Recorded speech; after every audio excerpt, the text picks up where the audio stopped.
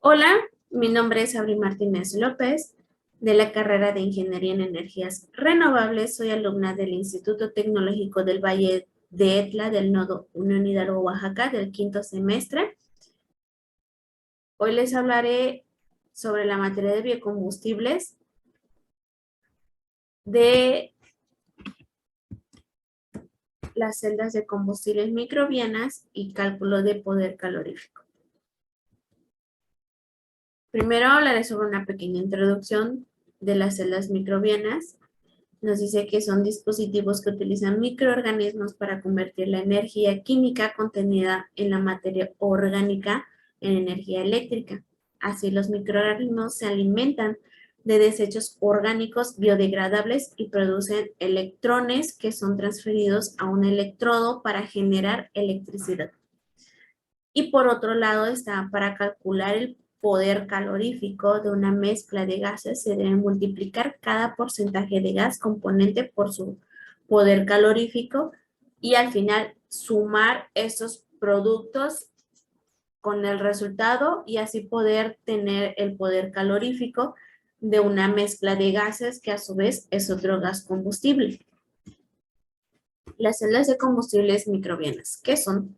Las celdas de combustibles microbianas son una tecnología emergente que podrían contribuir a solucionar dos de los problemas más críticos que afronta la sociedad actual: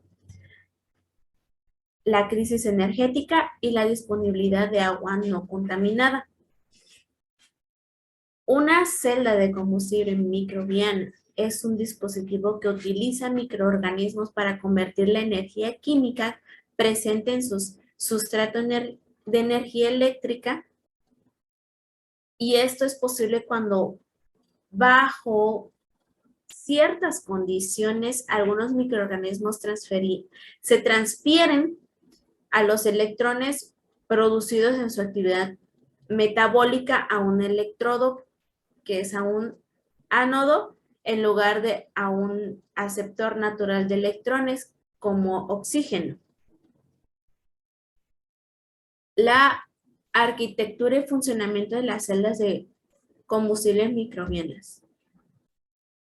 Una celda de combustible microbiana típicamente está compuesta por dos cámaras, como se nota aquí en la figura.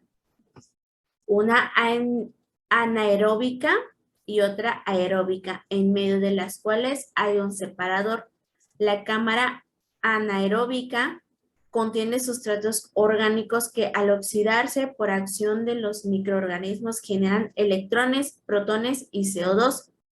En cada una de las cámaras se coloca un electrodo, el ánodo en la cámara anaeróbica y el cátodo en la cámara aeróbica. Una vez los electrones se liberan en la cámara anódica, estos son captados por el ánodo y posteriormente transferidos hacia el cátodo mediante un circuito externo.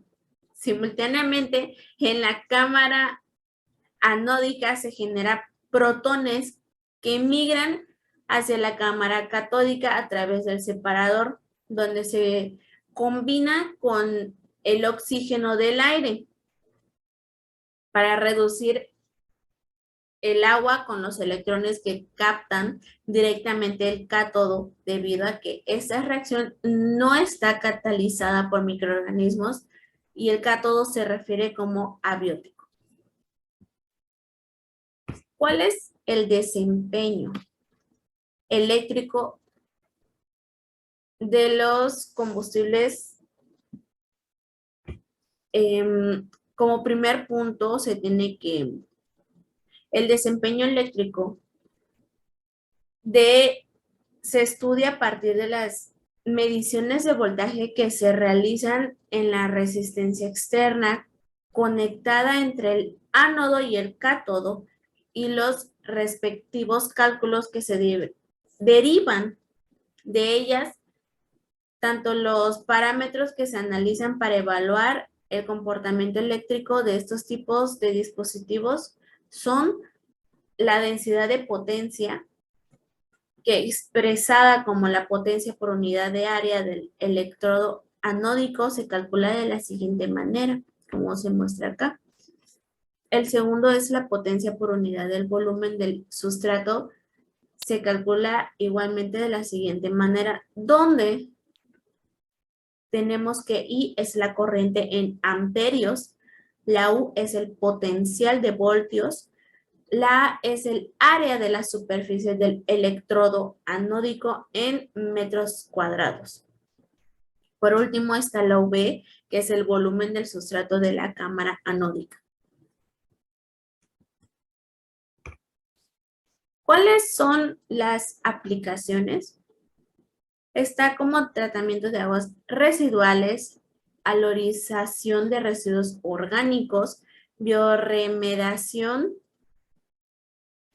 generación de energía eléctrica, desarrollo de laboratorios didácticos que permiten la formación académica de celdas microbianas para la generación de energía y degradación de desechos orgánicos.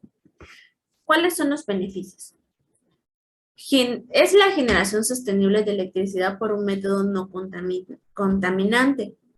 Mejora la calidad de agua degradando la materia orgánica y eliminando contaminantes.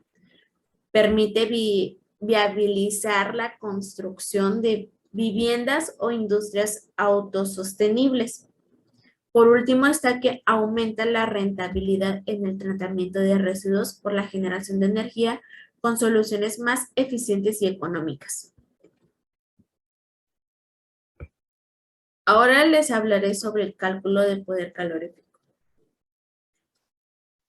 ¿Qué es? El poder calorífico es la cantidad de calor que entrega 1 kilogramo o 1 metro cúbico de combustible al oxidarse en forma metro cúbico de combustible al oxidarse completamente.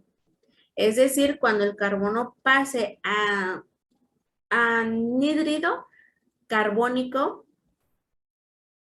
se da en carbono más oxígeno, queda CO2.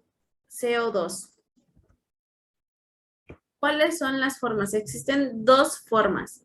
El poder calorífico de combustible pueden ser el poder calorífico superior y el poder calorífico inferior. El poder calorífico superior se define suponiendo que todos los elementos de la combustión, que todo del combustible y aire son tomados a 0 grados centígrados y los productos gases de combustión son llevados a productos de gases de combustión. También a 0 grados centígrados después de la combustión, por lo que el agua se contratará totalmente con el vapor del agua y así se va generando a un condensado. Y también existe el vapor de agua que proviene de la humedad propia del combustible y el agua formada por la combustión del hidrógeno del combustible. Así de esta manera el condensador, que es el vapor de agua contenido en los gases de combustibles, se tiene un aporte de calor de 597 de vapor de agua condensado. Se preguntarán qué es el poder calorífico inferior. El poder calorífico inferior nos dice que se considera que el vapor de agua contenido en los gases de la combustión no condensa. Por lo tanto, no hay aporte adicional de calor por condensación del vapor de agua. Solo se dispondrá el calor de la oxidación del combustible, al cual por definición se denomina poder calorífico inferior del combustible. Determinación del poder calorífico nos dice que hay dos métodos, el método